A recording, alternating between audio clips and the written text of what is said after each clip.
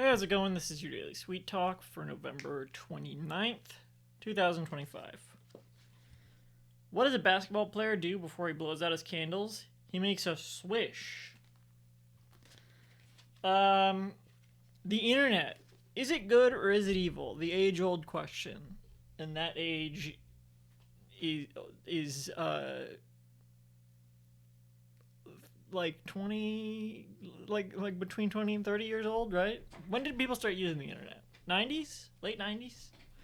I feel like it was late 90s. I know it was like around for a while, but when it was like popularized, I feel like it was late 90s. Like right or maybe mid 90s. I don't know. But like right before I came around. It was like just being it had just become like a thing everyone used when I came around. So I've never known a pre-internet world. Um, I spend a lot of time on screens, and I know people talk about that a lot as like a downside of the internet age is all the screen time people have. And I know there are downsides to that. I don't really mind the screen time personally. Maybe there's mental and physical drawbacks to that, but there's a lot of cool stuff on the screens, so I don't know. Particularly, I mean, I used to do most of my socializing online, so um, like it helps people connect in ways they couldn't before. That's the whole point.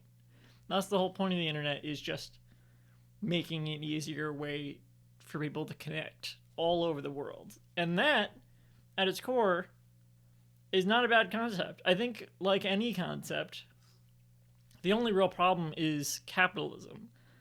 Yes, the internet's full of a lot of terrible things, but so is the world. The internet is just like a concentrated version of everything in the world.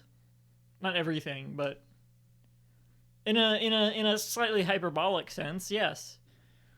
It's a concentrated version of everything in the world, and so the bad is going to seem extra concentrated bad, and the good might seem extra concentrated good sometimes, in a way that often might seem fake and maybe is. And these days, the internet maybe is not so good in how it's used as like just a handful of sites that are extra capitalistic. Um, but again, the problem there is just capitalism steering the internet into that direction. It's a useful ship, it's a useful tool that is being utilized by people who only want to abuse it. And so, stuff like AI, there's so much bad that can come out of that. The internet and technology has brought that around, but that's the drawbacks of that largely coming from capitalism, like people wanting to just exploit and make money and